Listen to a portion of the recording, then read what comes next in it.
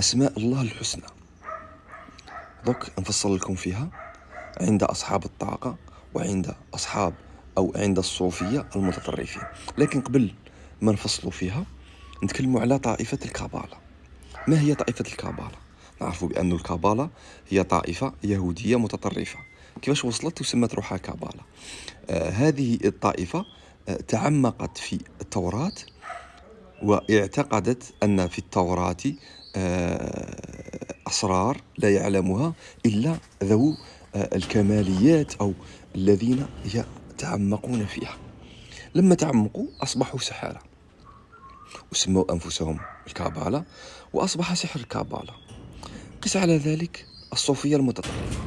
الصوفية المتطرفة اللي هم السحرة، عباد القبور إلى آخره، هذو نفس الشيء. هذو قالوا أن القرآن فيه حروف وأرقام أو فيه أسرار يجب أن نبحث عنها، ولا يمكننا هذا إلا بالتعمق فيه. ولما تعمقوا قال لك الله أعطانا السر الأعظم في القرآن، فأصبحنا من أولياء الله الذي أكرمنا بالكرامات وعلمنا هذه الأمور، فأصبحوا سحارة. أصحاب الطاقة نفس الشيء. أصحاب الطاقة هذو كوكتيل ما بين الهندوسية وما بين البوذية وما بين الإسلام وما بين الأرثوذكسية إلى آخره. هذا كوكتيل، هذو هما الأخطر كوكتيل. يجيبوا لك من عند هذاك ويجيبوا لك من عند هذاك ويحاولوا يديروه في الدين تاعنا. أما بالنسبة لليهود نفس الشيء، هم يؤمنون بالطاقة ويسقطونها على الديانة اليهودية تاعهم. والمسيحيين نفس الشيء. هذا هو الخطير. أسماء الله الحسنى، احنا أصحاب الطاقة واش يقول؟ أصحاب الطاقة يقول لك لازم تفعيل أسماء الله الحسنى. كيفاش؟ يقول لك أسماء الله الحسنى موجودة فينا.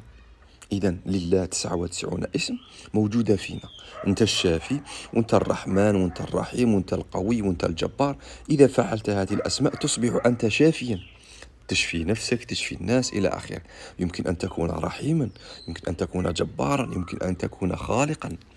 هذه قال لك لما تفعل الأسماء يبداو تتصف بصفات الإله، وإلا مشيت في الطراك تاع الإله فأنت إله، كما قال لكم أحمد عمار. هنا مثال مصغر لربوبية أو لرب صغير كما قال لكم أحمد عمار. وهذا هو الخطير. يعتقدون أننا نمتلك صفات الإله أو صفات الله سبحانه وتعالى. الصوفية المتطرفة واش يقولوا؟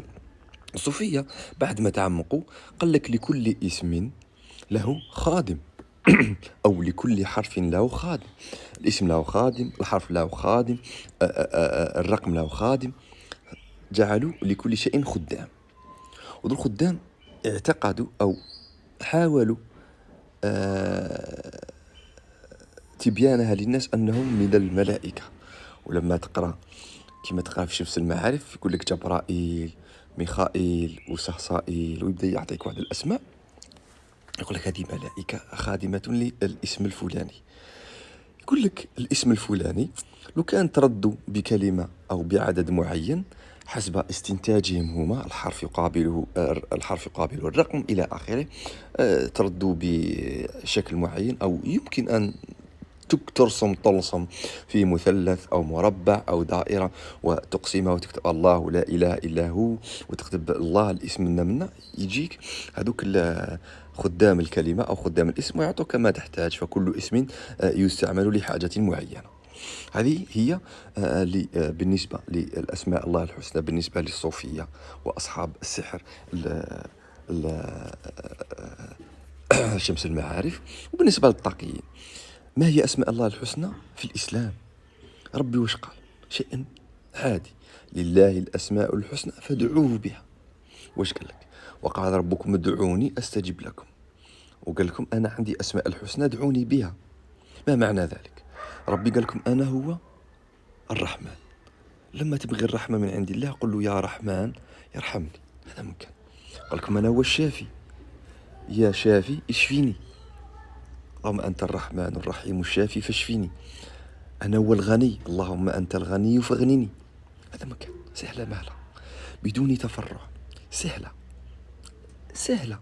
حنا هادو حاولوا يجيبوا لكم دين جديد ويفرعوا لكم دين جديد ودخلوكم في السحر وفي الأسماء وفي انت فأدخلوكم في الشرك بدون علمكم.